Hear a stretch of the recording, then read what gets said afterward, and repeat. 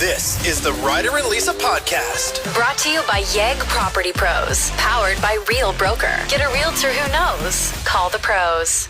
I feel like my kid is getting worse at asking for things constantly, mainly treats. What do you mean by getting worse at it? Well, it feels like when she was like 8 or 9, she knew that every time I pick her up from school, we can't go for ice cream. Whereas now at 12, she thinks we should. Every day. Or she shoots her shot every day. Yeah. So I pick her up yesterday. She's like, can we go to Starbucks? I was like, oh, I already have a coffee. She's like, oh. All right, can we get ice cream? I was like, no. I guess when I was 12, I was probably drinking a Slurpee every day. Yeah, you were for me, we had a convenience store right beside our school, both the junior high and high school. Okay. So easy access to just go and grab something during lunch break or after school. A lot of kids after school would get a Slurpee and drink it on the way home.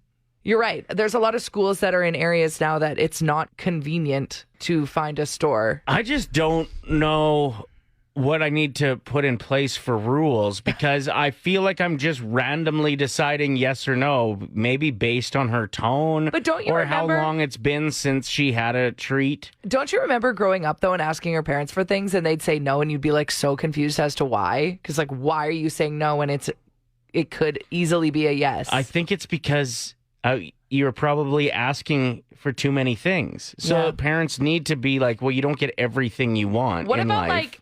Oh, can I go sleep over at Jenna's tonight? No. Why? Yeah. Well, there could be a lot at play there. Maybe they didn't like Jenna's parents. Yeah, okay. And they didn't want to have to deal with them lining that up. Or that you were going somewhere the next day. I guess... For the record, Jenna is a fake name. I actually did have a lot of Jenna friends growing up, so sorry I used that as an example. Anyway. Yeah, I just don't know what kind of rules need to be in place. I guess it's about time she makes her own money, but then she'll spend it all on Starbucks if I'm yeah, we can stop there, but you're paying. Use your card. And she'd say yes. Okay, so what if you implemented a rule that's once a week we get a treat after school? Yeah. Or is she getting too old for that? It's kind of lame, junior high. right? She's almost done grade 7. Yeah. That is mind-blowing to me and to anyone else listening that has been a dedicated Ryder in the Morning listener for over a decade. Charlie is going into grade 8. That is wild. Yeah, I guess. What? Just buy her the damn treats once in a while. Well, it feels random is what I'm getting at. I don't know what makes me say yes sometimes. I guess it's just the distance of time in between the last time I said yes. So if it's been a week and a half since we stopped for ice cream, but I'm lactose intolerant, so I don't even get anything. You know that when her mom married her stepdad, in her speech, Charlie talked about how they would go for secret ice cream every week. So she's getting all of you. She's got all of you wrapped around her little finger. Well, I saw you and her eating. I didn't eat it. I saw you guys eating a jug of ice cream last night. I didn't touch it because I was already halfway through a bag of cheesies. So if you're saying yes, her stepdad's saying yes. Every time, apparently. So I'm just the bad guy now that has to say no once in a while. Somebody has to be the bad guy. And, there's no good movies without a bad guy. So I do resemble a villain a little bit, my facial feature, the bald thing. Yes. If anybody has a system that works for limiting treats or even just limiting the amount of things my kid asks for. Well, it does make it harder when there's 2 houses because you can't keep track of everything that's happening when you're not around. Yeah, the other day she needed to stop her mom's for something, comes out with an ice cream treat from the freezer. I gotta love that. This kid That's is hilarious. Out of hand. So I brought up a sitch that I'm dealing with lately, and it's that my 12-year-old will ask for treats anytime I see her. It's immediately, hey, can we stop and get blank? Judging by the text line, a lot of parents are going through the same thing, where you don't want to feel like the bad guy for always saying no to things and shutting things down. But there's got to be a limit. Well, I also feel weird about just being completely random with my yeses and nos. Right. So that's why I love Erin's suggestion. This is what Erin does with her kids. The text line's on fire right now with good suggestions. Wait until you hear this tip. If you're in the same boat as Ryder, we have a don't ask for cold treats if it isn't above 20 degrees outside rule. Awesome. So smart. Erin goes on to say, this has been a game changer with my 8-year-old who was just consistent. Every single day was an ice cream day after the snow melted. In terms of her blowing all her money on Starbucks, I recently also implemented a forced savings with my kids because they were dropping their entire allowance on candy every week. 40% of whatever they make, allowance or money they earned or money from their grandparents, goes straight to savings. Then they can spend the other 60% on whatever they want, and I can't say no. Okay. So far, it's working. Some good tips there. I really like that. Don't ask if it's over 20, but I'm probably going to bump it to 25. Lindsay just said, when I was a kid, it was always a no, so I quit asking. That's sad. Well, but I get it. But also, we get it. Taylor says the opposite. Say yes as often as you can. They grow up, they move out, and you'll wish you could say yes one more time. It always sounds like Charlie's a great kid. Sounds like she has a good support system.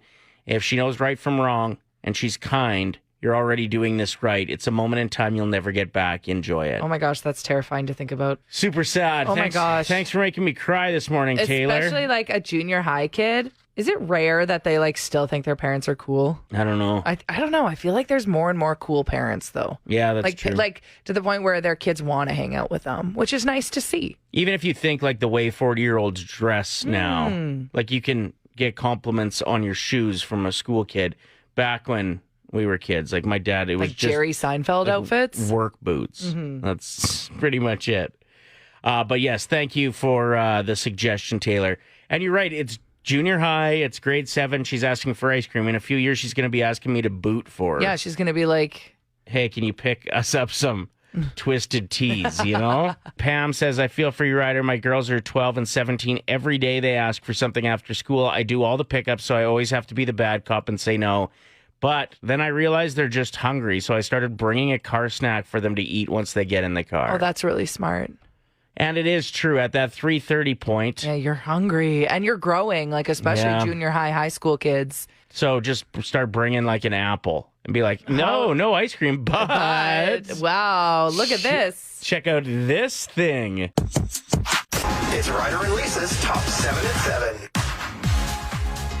Today we are counting down the top 7 things that are annoying to carry. Some honorable mentions that are rolling in on the text line. Ryan says the 12-foot ladder he has to carry on his shoulder every day for work. That sounds awful. Yeah. And I love Megan's suggestions. This crown on my head and men's baggage. Fair enough. Okay, coming in at number 7, musical instruments or DJ equipment. I feel like I can categorize those together because they're both in the music industry. Sure. Yeah, my daughter is the smallest kid in her grade and plays the tuba. Watching her haul that thing around. It's hilarious. What are you doing? Coming in at number 6, umbrellas. Especially living here where it's not common for rain, although we are getting a lot of it this time. But having to carry that thing around. How about those? I'd rather get wet. How about those umbrellas that like go in the middle of tables? You know what I mean? Oh, like those are really challenging to carry. I don't know if I really see anyone carrying those around. Well, you wouldn't carry it like a lot, but you might have to like carry it out to set it up for the spring. That's true. Yeah. Number 5 on the list, skates. We can also add snowboards, skiing equipment, or surfboards to that as well. Okay. So sports equipment. Well, hold on. Yeah. Yes. Sports equipment. A surfboard I could see because it's like a little bit too wide to comfortably put under your armpit. You know, so do you carry it over your head maybe? I don't know. I don't do a lot of surfing. I'm not sure if you can tell because I live in the prairies or because of my body, but all right, next. Number 4, a baby. Or a baby's car seat with the baby in it. Listen, this has been one that's rolling in on the text line a lot, and props to people that can carry a baby for longer than 5 minutes. I will take someone's baby and hold it, but then you start to get hot. They're like a heat bag. Fair enough. Number 3 on the list, kids' jackets. Or honestly, kids' anything, including sporting equipment. Yeah. Hey, Dad, will you carry this for me? Yeah, the jacket, though. You always got to carry the jacket. For the rest of the day. Number 2, a neck pillow for traveling. I always bring one and then I'm like, I don't even like using this. Yeah, it kind of makes your head uncomfortable. Like it's like they're a little bit too big or something. I don't know. But yeah, that's a good one. It's inconvenient. And coming in at number 1 on our list of top 7 things that are annoying to carry, a Stanley mug. Bulky. Any water bottle, really. But not a Stanley Cup. True. I mean, I guess that would actually probably be pretty tough to carry as well. It's like 70 pounds. True. And doesn't the winning team have to bring it everywhere with them for a little bit? Back to their hometowns and stuff. Yeah, that sounds... Well, no, there's somebody whose literal job is to carry it around. Yeah, but like when the players take it to their hometown, there's like rules that they can't not be touching it. Like when other people are coming up to check it out, they have to be holding it. And I guess their arms just get like... exhausted. Yeah, the next day they're all like sore. That's why they're professional athletes. I guess so. What's an item you use for something entirely different than what it was originally intended for? I immediately think of treadmills. Right. And how every house would have one. A lot of people would stop using it to walk and run on and instead just hang their clothing to dry. A lot of places you can hang a shirt on a treadmill, right?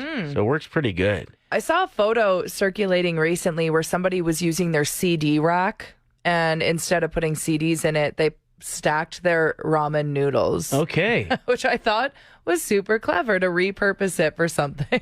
Yeah, like what happened to all those DVD cases, like the holders for DVDs that people would have beside their TVs? Like some people used to have towers on both sides, absolutely jacked. I'm sure there's other things you could have used those for. So ramen's a great example of that. There you go. Hair conditioner is shaving cream. You ever use that? All the time. Yeah. I don't even buy shaving cream. I just use the conditioner. Coconut oil for a plethora of things, but moisturizer is a big one. Yeah, moisturizer. A lot of people will put it in their hair. They'll use it for what's it called? Not hemorrhoids? Not teeth pulling. What's it called when you put coconut oil in your mouth and you kind of swish it out around, and it's supposed to be really healthy for you? I've never heard of this. Oh, no. Yeah. It's a thing. It's called teeth pulling? No, it's called something else. Something pulling. Can somebody help me? I know that it's a thing. I have some skeleton tongs that were intended, I think, to pass Halloween treats to kids from like your bucket to theirs. I use them to clean my gutters, and they work perfect. Little skeleton hands, and they fit in my gutters perfect. Okay, so oil pulling is what it's called. Okay. So it's really good for your dental health. It is. You just put it in your mouth and you switch it around for up to 20 minutes and then spit it out, which who has the time? Yeah, that's a little excessive. This text says back massager. Yeah, sure. What does that mean? Oh. What is something that you own or you've seen someone else own that's intended for one thing, but they use it for something completely different? Okay. This text, I use those black masks that some people use for skiing to rob banks. Okay. It's an item you use for something entirely different than what it was created for. A wine bottle is a rolling pin. That's not a new trick, but I've heard of that one before. I use a lot. That's funny. Tony, who listens to the show from Onaway, said, I use my old CD towers for all of my PS4 and Xbox games now. That makes sense. Shalane says, I use school white glue and charcoal powder for a do-it-yourself nose strip to remove my blackheads. I use like Elmer's school white glue for a snack. No. Although there was always one kid eating glue in class. That was you? Yeah. This text says, I use an old electric toothbrush to clean tile grout. Smart. Yeah. I see that often, actually, in those cleaning videos where you're laying and you're watching someone else clean their entire house and the video's got 6 million views and you're sitting in your own filth. And you're like, maybe one day, maybe I'll do that. Brought to you by Out of Bounds Restaurant. We are joined by Lauren, first time getting through to Ryder and Lisa's 1K wordplay. Normally, you're in the car with your 8-year-old who loves the game, so she's going to be a little upset that you're flying solo today. Yeah, I'd say. But maybe if you win $1,000, everything will be all right. Correct? Yeah, maybe I'll buy her something. There you go. Perfect. All right, so here's how the game works. To those of you who are perhaps listening for the first time, Lauren's going to choose a teammate. They're going to leave the studio. Round one, the other host will give Lauren 5 words. Lauren has 25 seconds to tell them the first word that comes to mind. We'll invite her teammate back in. For every word that matches with Lauren's, it's $25 in her pocket. If all 5 match, we jump it to 1,000. So, Lauren, who is your teammate today? I'm going to pick Ryder. All right. Okay, make sure my sound is up. Get out of here. Okay. Woo! Get in the zone, Lauren. You've got this. I'm so excited.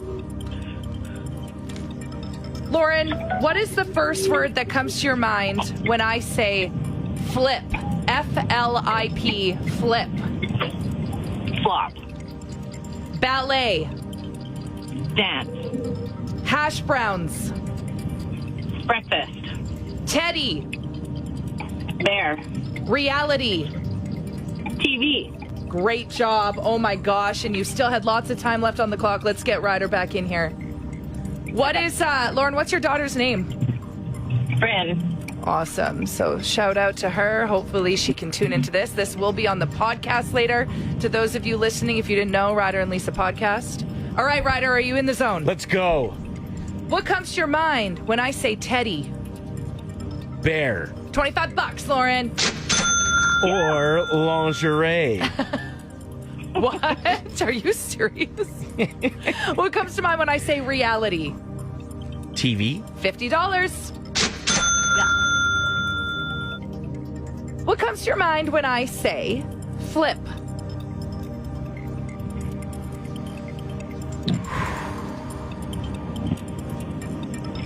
I'm going to say phone. Flop. Flop. Oh, that's a good answer, too. Close. What year is it? Actually, there are some newer flip phones. I actually saw them in the store the other day. And if Lauren has an 8-year-old, my guess is she's like in the age range between you and me somewhere, and that's flip phone Okay, era. that's fair. All right, we've got $50 and we still got 2 more words to go. So let's see if we can get you to $100. What comes to mind when I say ballet? Dance? Yep. $75. All right. Can we make it to 100 with hash browns? Breakfast. That's right. Yes. Oh, man. Now, Filippo Flop is That was a big flip-flop. You flopped it. Lauren, you picked up $100. Thanks for playing Ryder and Lisa's 1K wordplay. Thanks, guys. Yeah, that was a really good game. Thanks for playing. we were Next so chance to play close. tomorrow morning at 7:50. Texter 107 gets to play all week, so be listening for that cue. Now it's time for something that you'll probably forget. It's things Lisa found on the internet. Hey! A missing woman has been found, but not alive, sorry. She was swallowed whole by a 16-foot python. A 16-foot python. Like, what? When I leave the house in the prairies here and walk outside, it's minus 35. I'm like, man, it can't get worse than this. I'm like, oh no, there might be grasshoppers at the door I'm going to walk into. Like, look at that coyote that wants to ignore me in the distance. Yeah, oh no. 16-foot python that swallowed a woman? Yeah, this was in Indonesia. Man. Like, What a snake. there's a restaurant location in Louisiana that's offering kids a pretty unique summer day camp. You can learn to work at a Chick-fil-A. So kids between 5 and 12 years old will have a chance to learn dining room hosting and customer service skills. Kids ages 5 to 12? Anyway, they attend for 1 day. The fee is $35. They have to pay? Yeah, I don't know if the actual place is open to the public or if they like shut it down and it's just like a training thing. Yeah, getting kids to work for free? That's It sounds a little it's just ridiculous. strange for sure. Oh, hey, honey, what's up? Can I have some breakfast? Sure, after you finish cleaning the inside of both station vehicles and sort the music library. Okay. Sorry about that. It's okay. She just popped in here, unexpected. I'll take a coffee too. And the last story that I found that was kind of weird on the internet, Denmark's food agency has had to recall 3 spicy flavors of Samyang instant ramen for being too hot. I know a lot of people that enjoy hot noodles, and we have tried, you and I both, this exact brand. Yeah, the like spiciest one, the black bag. Yeah. But even just like their chicken one, I'm like, why is this burning my insides? Yeah, like, it's pretty hot. Every bite is so scary. Mm-hmm. And like, it's so addicting though, because hot sauce is known for that. It can become very addicting. And so you're eating it and you can't stop because it's noodles. You love them. And you're just like, ow, ow. And then the an hour later, an hour later, you get the twist in your stomach and you're like, oh no. I personally love spicy nudes. So if anybody wants to send me some spicy nudes, Ryder, feel free. What? Grow up. A new study was done by Zip Health. And it was what music people listen to during fun time. Fun in the bedroom. Here, I'm saying they determined that some Canadian content actually hit number one. Really? Any guesses? Alanis Morissette. No. That's like breakup music more so. Okay, Nickelback. No, it was The Weeknd. Oh, that makes sense. That makes way more sense. Yeah. Kanye West. Oh, what? Was in second place. With what song? Well, I think a lot of his music would be good for that. Just like good beats. Okay. And the Deftones in third, actually. I went digging a little bit to see what song specifically, and this was it.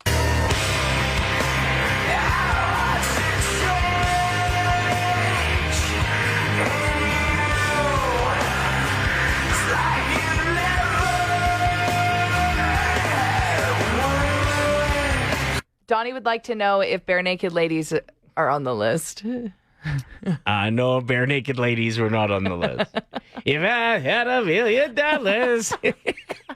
As far as like specific kinds of bedroom time, there were some playlists that were a little bit like darker, I guess. Okay. And this was the number one artist for that.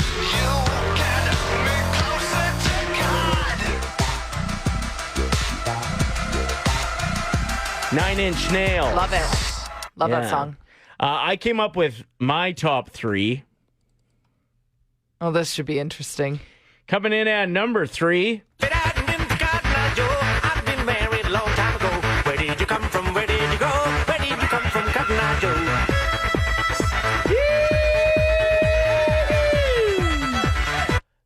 Pretty good, right? A little chaotic.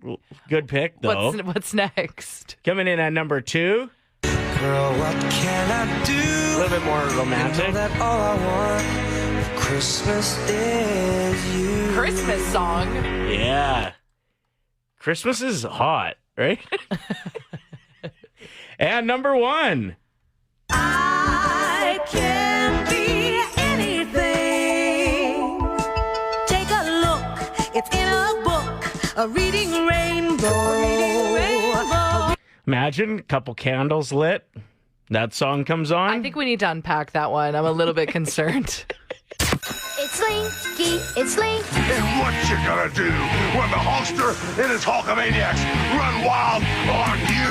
Ah, yeah, I kill me. Ryder and Lisa's Nostalgia Off. Brought to you by Sweet Convenience. Only on Play 107.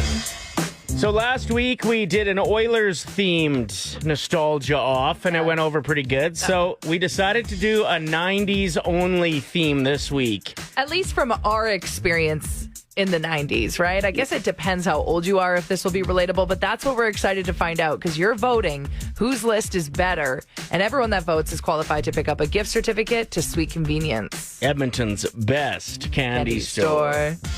All right, Lisa, fire away. Being so excited for school assemblies because that means you can sit in the gymnasium for an hour instead of doing math. I didn't even care what it was about. Bring it on. Playing Minesweeper and having no idea how the game actually worked. Oh my gosh, it's so true. Going to your friend's house that had pets and you didn't, and being scared of their cat. Being unconsolable when your sibling would rip the tag off your Beanie Baby. That's mean. Walking home from school in the rain and pretending you were the main character in a movie where you're a kid that got lost and you're trying to find your way back home. Those plates that your friend's parents had with the yellow flower pattern. On the edge. Yeah. Having to go to your siblings' dance recitals, but using it as an opportunity to run up and down the stairs in the crowd. Why were we there all day? For them to be on stage for 3 minutes. Yeah, true. And my last one is making a super unfair hockey card trade with the kid who didn't watch hockey. Like, hey, I'll give you this Darius Kasparaitis for your Lindros rookie card. What do you say? Man, these are such different lists. So I'm so excited to see who wins this round. Let's blast through our list one more time. Let us know who's you resonated with more. Being excited for school assemblies so you could get out of doing math, going to your friend's house and being scared of their pets, walking home from school in the rain and pretending you were the main character in a movie and you were lost, and having to go to your siblings' dance recitals. You know, hockey can be in that department too. I'm just running around. Playing Minesweeper and having no idea how it worked. Being unconsolable when your sibling ripped off your Beanie Baby tag. Those yellow flower pattern plates. And making a super unfair hockey card trade with the kid who didn't watch hockey. Disney Plus has just made an announcement. The first 7 Saw films are now streaming on Disney Plus. That's scary. So after my kid finishes Rapunzel and she's like, oh, what's this? Rapunzel? Do you mean Tangled? Whatever. Yeah. No, I've noticed a shift. There's a lot of R-rated stuff on being Disney added. Plus. Yes, even that new one that Emma Stone just won Best Actress for. Okay. And I went to watch it. I was like, oh, this should be interesting. What is it called again? Emma Stone. Poor Things? Yes. And it was so inappropriate. Yeah. So just be careful. You gotta be careful. If you're like, hey, kids, go and play on Disney Plus. Watch whatever you want. Yeah. Not a great choice. There's another show I just looked. I'm like, what else does this have that might be questionable? There's a movie called One Night Stand Murder. The Ryder and Lisa Podcast. Brought to you by Yegg Property Pros. Powered by Real Broker. Get a realtor who knows. Call the pros. Play 107.